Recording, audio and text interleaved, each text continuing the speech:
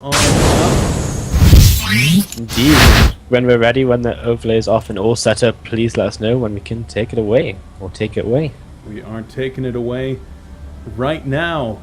In the bottom left-hand corner of Entombed Valley, we have the green Protoss player. I'm not quite sure how to say his name. But we're going with Knights Gaming, Sjaak. Well, I think you gave it a pretty good shot, and I'm going to try and give a pretty good shot at the name of the player. In the top right-hand corner, he is a pink Protoss player, and he is called Stahlbolzen. So, in 2 minutes in the chat, we're going to have all these people going, "What are you on about? Come on. What is this?" Like an attempt of pronunciation. It's an attempt. That's what it is. We're not perfect. We try to be, but you can't always be perfect. So, what are you going to do? So, spawning in cross positions here on Entombed Valley, going to actually have a pretty large amount of distance between these two players. And, well, of course, any early aggression going to be a little bit less empowered because of that distance. Yeah, any kind of maybe a mortal push or anything these players might want to go for, maybe even a Colossi push. Most importantly, maybe in the mid-game, counter-attacks and whatever else, they're going to be slightly harder to kind of punish. And look, there's Stahlbolzen already. He's just checking around. Doesn't want to be proxied at all here in the first round. He's desperate not to die to G's. Yeah, both players actually going to be scouting top, as I believe this is not a forced cross-position map. I think no horizontal spawn.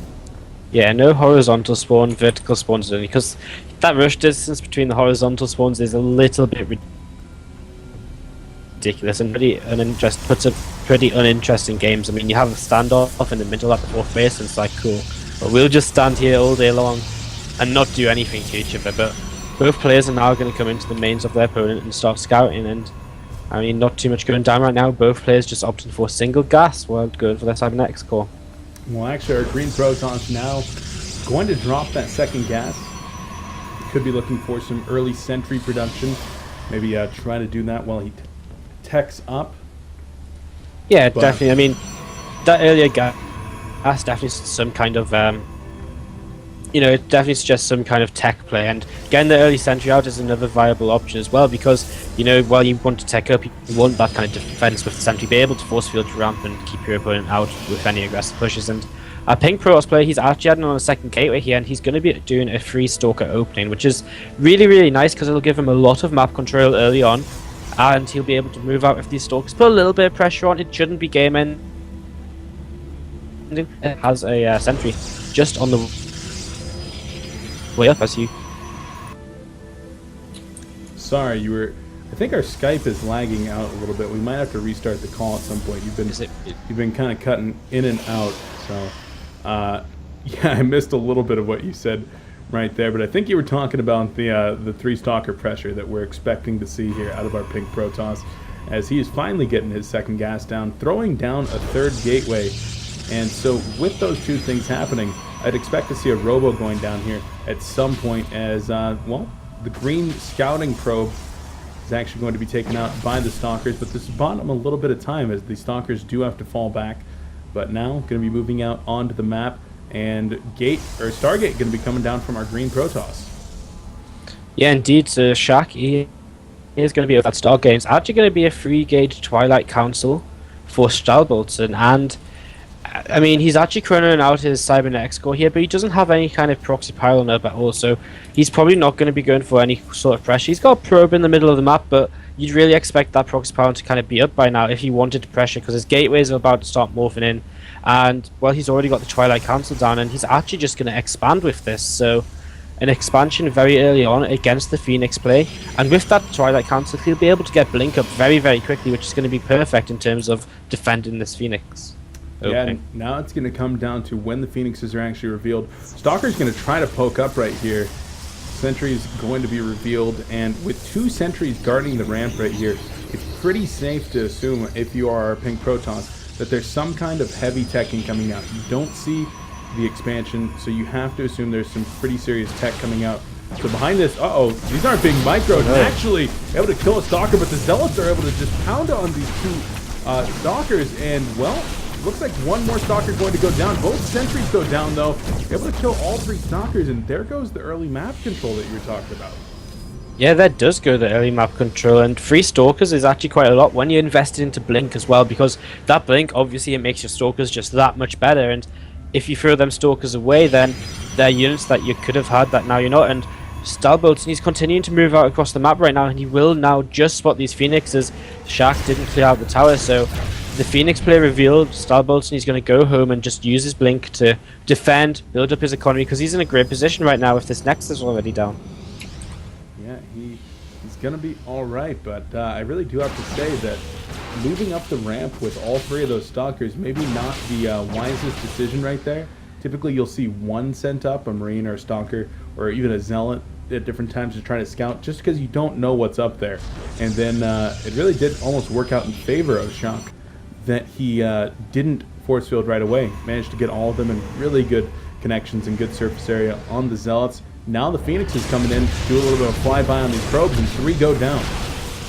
Yep, 3 probes and gets out of there nicely, taking absolutely no hull damage, just taking some shields. And yeah, it was in the Stahlbolzen. He has his Stalkers placed pretty well. He's got them pretty well positioned. He's actually going to be going for DT Shrine here. He's kind of I can't actually see it. Can you see the DT Shrine? Yeah, there it is. It's in his opponent's third base.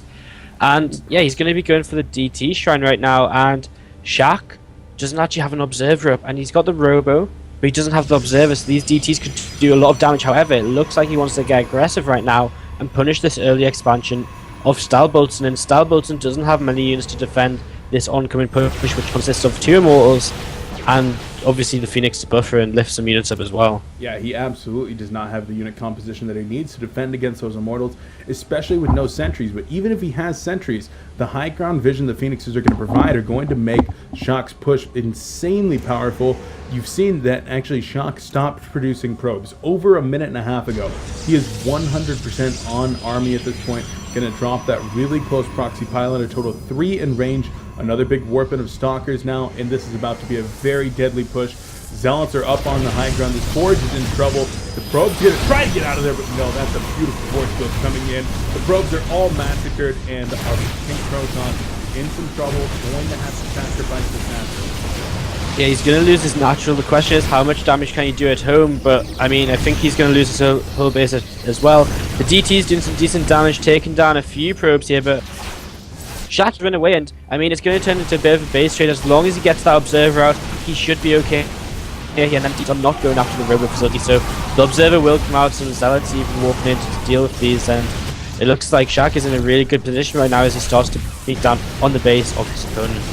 Yeah, going to be able to take out most of the units here. However, there's no observer on the front line, so the 3 DTs in the base are actually going to be able to clear out most of the stuff on the ground. And this is actually a really interesting scenario. I mean, the DTs are going to be able to kill everything here on the ground, but the Immortals actually positioned pretty well, are able to take down every single one of the probes. And how much money do we have? We have enough money for 1 probe out of our pink player. However, back at home, Zealots were able to clean up all the DTs, and 13 probes remain at home. So, with that observer out, like you said, I think that Sjaak is still in a very good position. Yeah, Sjaak is in a fantastic position. 14 probes to 0, and, well, Stahlbolzen, he can start 1 probe, and he's going to probably have to Chrono Boost that if he wants any chance of staying in this right now. And, yeah, I mean, obviously Sjaak is going to be prepared for any kind of continued DT harass, and so he's just going to obviously keep an observer over his army at home, keep an observer wherever his army goes at all, and he should be completely fine. There should be no real way for Stahlbolzen to really do any more damage, and he's gonna, well, kind of move out with these Archons, but 2 Archons, they're not really that effective against, well, anything on their own, really. Perfect micro, that's all you gotta hope for right now is perfect micro. Pair of Phoenixes going to fly into the Pink Protons' base, and Stahlbolzen could very well be losing his last workers. Does not have enough money for another one, and yeah, the Phoenix is going to come in, pick off the last remaining probe. The Archon's doing their best to kite, and they will be able to kite these Zealots all day with perfect micro. Yeah, that's a little bit crazy, really. They're actually doing quite a lot of damage here. Sjaak needs some Stalkers, not Zealots right now, and he's finally going to make a couple of them. He's not sure why he's pulling some probes, but yeah, I mean, he looks like he's actually going to get the probes coming from behind and surround the Archon so that they can't kite away anymore. Really smart move from Sjaak, and now them Archons are going to be cornered, and they will get picked down, and, well, that was Stahlbolzen's last hope. Last hope indeed, and there goes the Archon, and there is the GG's. GG out of Stahlbolzen. Sjaak moving